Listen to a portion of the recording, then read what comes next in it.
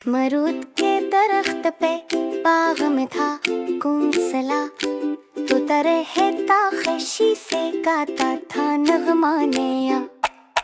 फिर आया कबूतर कहने लगा मैं भी रहूं, तोता बोला हाँ दोस्त खुशामदीद कहूँ अच्छा।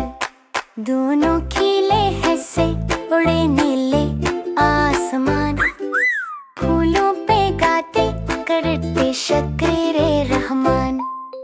फिर एक दिन कबूतर मैं जाता हूँ जरा, जल्दी आऊंगा वापस रखना दिल को संभल जरा।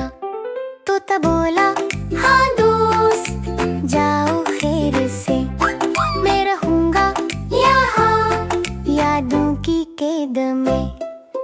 फिर आए बच्चे कुछ शरारती बड़े, अमरूद तोड़ने को पत्तियां फेंकने लगी। एक पत्थर आ लगा बेचारे तोते को, जख्मी हवा पर न उड़ सका जो हो, न खा सका दाना न गुनगुना सका।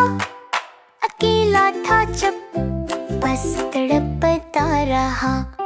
फिर लौटा कबूतर जल्दी से आ गया, देखा दोस्त टकरा है दिल रो पड़ा।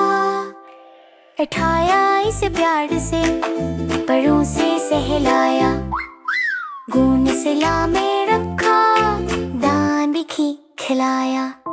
कुछ दिन गुजरे जख्म हुए ठीक, दोबारा उड़े दोनों नीले आसमां के पार।